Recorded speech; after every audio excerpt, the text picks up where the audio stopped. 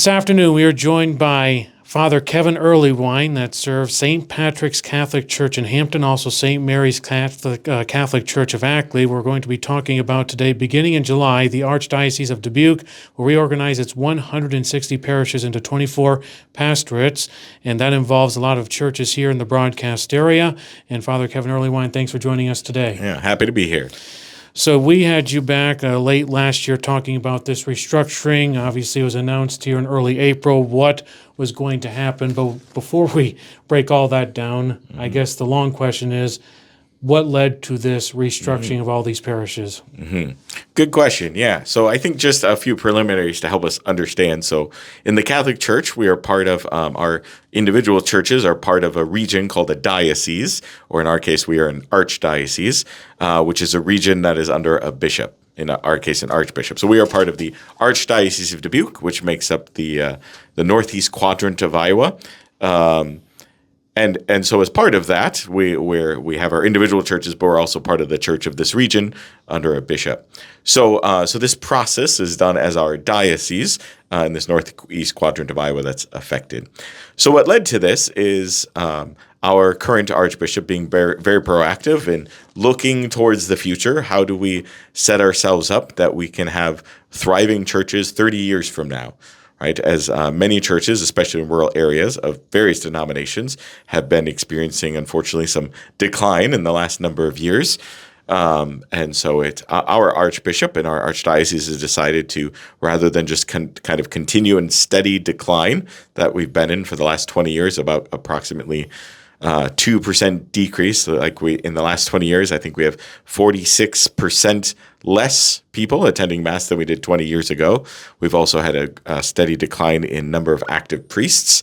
And so how do we, rather than just kind of steadily continuing in the steady state of managed decline, how do we be proactive now to make some hard decisions now so we can set ourselves up to be thriving and growing churches into the future, looking far into the future.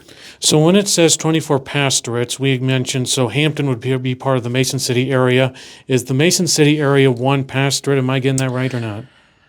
Yes. So to explain the process is, so what this process is then in being proactive is then we're taking those individual churches and grouping them into groupings that share a head pastor, a priest who's a head pastor with associate pastors, or we call parochial vicars. So a team of priests overseeing a region. Those groupings are called pastorates. So in that case, yes. So the Hampton Church has been grouped with the churches of Mason City and Rockwell and Manly to be a one pastorate. So they're a group of churches that share a team of priests who lead them, and also a sharing of resources and so on. And so forth.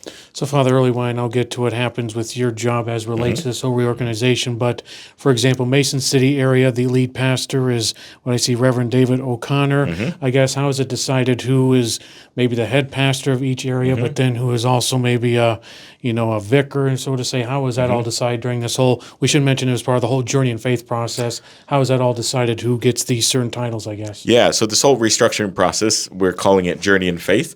And so first it was kind of decided what the groupings would be. So the Archbishop has a whole team of people, and there's been a variety of data collecting to kind of figure out those groupings, both demographic data and analysis of all of that and trends, population shifts over the years, as well as collecting feedback from the faithful of the churches too, through a survey process. We had many meetings throughout the fall. When I think when I was last interviewed, we were in that process of collecting feedback for different possibilities of groupings. So all this data has been collected to decide what the groupings would be of churches. These groupings we call pastorates, and after that, then the Archbishop has a team of people called the Priest Advisory Board who help decide priest assignments. So together they did some extensive interviews with each of the priests, their gifts, their talents, and then looking at first assigning which priests kind of have the administrative skills to oversee these groupings, these pastorates, and then assigning to filling in kind of the rest of the team of priests who would be associate pastors or parochial vicars in the Catholic Church. A parochial vicar is the same thing as an associate pastor. So we should mention about the reorganization. So St. Patrick's Church in Hampton, Sacred Heart Parish in Rockwell will join the Mason City Pastorate.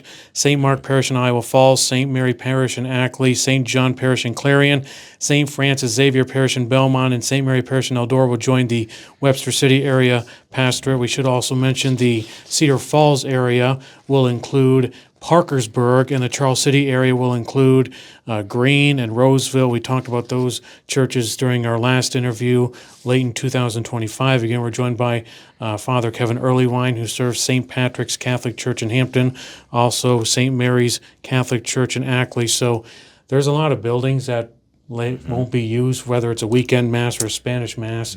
We kind of hit on this the last interview, but what happens to those buildings? As there's probably history inside those buildings, but what happens to those that aren't going to be used? Yeah, so as part of, after they decided the groupings, then the question is, what would be Sunday Mass locations? Because part of the rationale of this process is to pull people together rather than kind of having small pockets pulling together to have fewer but fuller weekend masses. So we are very clear we are not closing any of the buildings. So while a church building may not be a Sunday Mass site, so it will no longer have a weekend Mass moving forward, the church building is not closed. It's still open for other prayer services, experiences throughout the week, whether the faithful gather in just devotional prayer, or of course things like weddings, funerals, other devotional prayers, opportunities for faith formation, opportunities for outreach. So we are not closing any of the buildings, right? That they may not be a Sunday Mass site, but they can be used for other things throughout the week.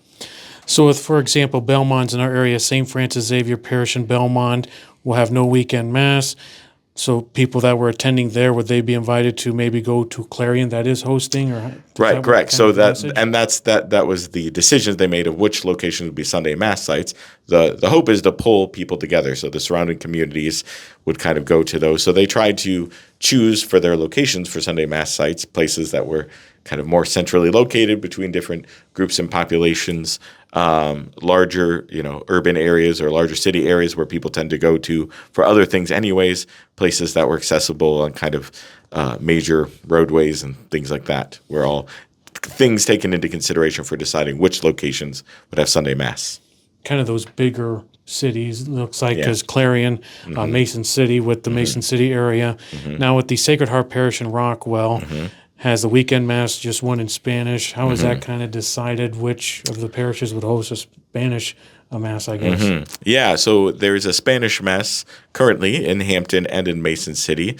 So the rationale behind that was they're looking at, could we pull those two communities together to kind of help them to continue to build each other up by bringing them together, and Rockwell's kind of between Mason City and Hampton. So that was the rationale behind that, is rather than having these two separate communities, can we bring them together so we can have a bigger, stronger community? So as we continue on with this interview, obviously with this whole reorganization and stuff, people notice that the new lead priest in the Mason City area, which affects Hampton, of course, is Reverend David O'Connor. Your face is not listed on that Journey in Faith area. Kind of explain to our audience what happens with you, because your face will not be seen around here in the next couple months, I guess. Yes, my new assignment will be in Waterloo, Iowa. I will be moving to serve the four churches in the four Catholic churches in the Waterloo area. I will be on a team with 3 other priests, so 4 priests total, serving those churches there. And all of this, I don't know if we mentioned, all goes into effect in July. So in July, these new structures will go into effect, and the priests will start their new assignment.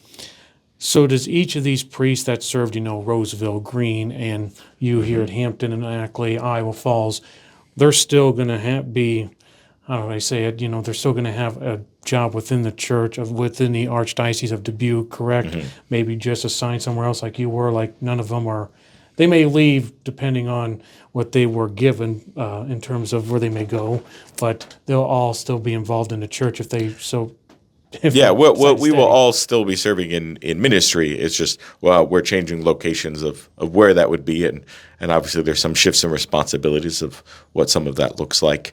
Because as we said, each pastorate of that team of priests, because part of the idea of this too is now no priest will be alone in their assignment and have to share that burden alone, but now it's moving towards more this team model of a collaborative team of priests together. One of those priests is still the head pastor, who has kind of the final decisions and say on things, but is meant to be kind of a leader of a team that his brother priests in that assignment with him are still very much sharers in the work, consulted, are part of the conversation and doing active ministry together. But it's more in this team model of together. In many ways, you can think of this as a shifted team model, being more of a team of churches together and a team of priests serving those teams of churches. Mouthful for a question. I apologize. I could have been asked a little bit simpler, I guess. Then finally, so beginning July 14th, that's when the reorganization, the 160 parishes into 24 pastorates. So is your last weekend, that July 11th and 12th is a Saturday, Correct. Sunday? Yeah. So Sunday, July 12th will be my last weekend in this assignment, and every priest their last weekend in their assignment before the new assignments go into effect. And I guess finally, Father Earleywine, maybe just your thoughts on this whole thing. I mean, you knew it was coming, but I guess your thoughts on how this was all reorganized, your thoughts on, you moving on to be in the vicar part of things, Waterloo, just your thoughts on all this, I guess. Yeah, so I think overall it's certainly, especially with the announcements just coming out and with certain churches no longer going to have Sunday Mass into the future, as you can imagine. There's a lot of emotions around that are sad for a lot of people, these communities that they've been a part of for a long, long time, and these church buildings that many people, grew up in or their parents grew up in. There's a lot of memories there. There's a lot of beautiful experiences of the faith there. And so there are things that will have to be said farewell to, that will be grieved. And so there's a lot of sadness and emotion around that. And that is a hard thing. That being said, too, I do think, that I think it's very good that the Archdiocese is being very proactive and trying to think into the future, 30 years from now, and recognizing that we're in a time and place where maybe some hard decisions need to be made now. Maybe some, you think of a garden imagery, sometimes some pruning needs to be done so new life can go forward. So there's grief. We have to say farewell, and that's going to be hard. But I think there's also then a lot of hope of new beginnings and new possibilities that this opens up of as we pull together. How can, as communities merge, so there's certainly a sad at what is lost, but then how can, when one community merges to another, how can they be blessings to each other? How can they better work together to better build up our faith in our church, to more effectively live the mission?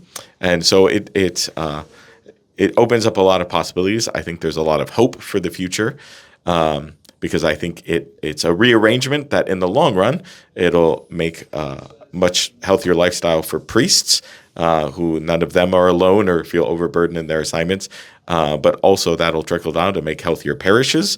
And I think that all leads to growth. So I think there's a lot of hope of new possibilities to come and hopeful possibilities to come down the road. Kind of when one door closes, another one opens. Exactly, yes. So if you want more information, you can find it on our website. Archdiocese of Dubuque announces reorganization of parishes. Also, you can search Journey in Faith through the Archdiocese of Dubuque. Again, we are joined by Father Kevin Earleywine, who serves St. Patrick's Catholic Church in Hampton, also St. Mary's in Ackley, and a wave of information here today, but anything else like that about this whole reorganization? Well, just to add for more information, there is a specific website dedicated to this whole process, which is dbqjourneyinfaith.org. DBQ is shorthand for Dubuque, Dog Boy Queen, dbqjourneyinfaith.org, and that has all the new pastorates, what they will be, and there's also a lot of information about frequently asked questions, and messages from the Archbishop that also explains more fully why we're doing this, and I'll just, I guess, add for a note of the why, that this structuring process is just kind of one part of this process. It's the big one that's on everyone's mind, but it's also at service of a bigger project of how do we position ourselves to be a more mission-oriented church, to better and more effectively proclaim our faith, to proclaim the gospel of Jesus Christ and our faith in him and through the church and our experience in him and in the presence in the Eucharist. I was going to say Archbishop Thomas Zinkula has had videos on there kind of explaining this whole thing, and I think there's a new one after this announcement came on April 11th. So, well, Father Earleywine, a lot of information had, but thanks for joining us here today. Yes, thank you. Thank you for having me.